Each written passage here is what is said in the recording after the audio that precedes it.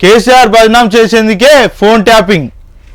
BRS అధినేత K చంద్రశేఖరరావుతో పాటు party నేతలను బదనాం చేయడమే లక్ష్యంగా ఫోన్ ట్యాపింగ్ వ్యవహారం నడుస్తుందని మాజీ మంత్రి సింగిరెడ్డి నరేంజన్ రెడ్డి అన్నారు. కాంగ్రెస్ ప్రభుత్వాల వైఫల్యాలను తెర మీదకు వస్తున్న నేపథ్యంలో డైలీ సీరియల్ను తలపిస్తున్న ఏదో ఒక లీక్ ఇస్తూ ప్రజల దృష్టిని మార్చాలి అనే ప్రయత్నం జరుగుతుందన్నారు.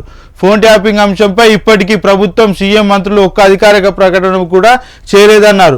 మాజీ ఎమ్మెల్యే బానోద్ మదన్ లాల్ పార్టీ నేత అల్లిపురం వెంకటేశ్వర రెడ్డితో కలిసి బుధవారం ఆయన తెలంగాణ భవన్లో మీడియాతో మాట్లాడారు.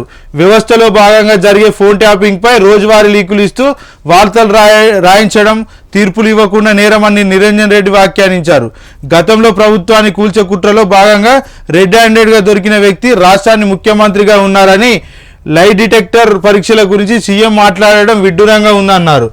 లీకులతో వార్తలు రాయిస్తున్న సూత్రధారులపై లీగల్గా ముందుకు వెళ్తామన్నారు. కాంగ్రెస్ అధికారంలోకి వచ్చిన వెంటనే రాజకీయ దుగ్ధతో కేసీఆర్పై అబండాలు మోపుతున్నారని ఆగ్రహం వ్యక్తం చేశారు.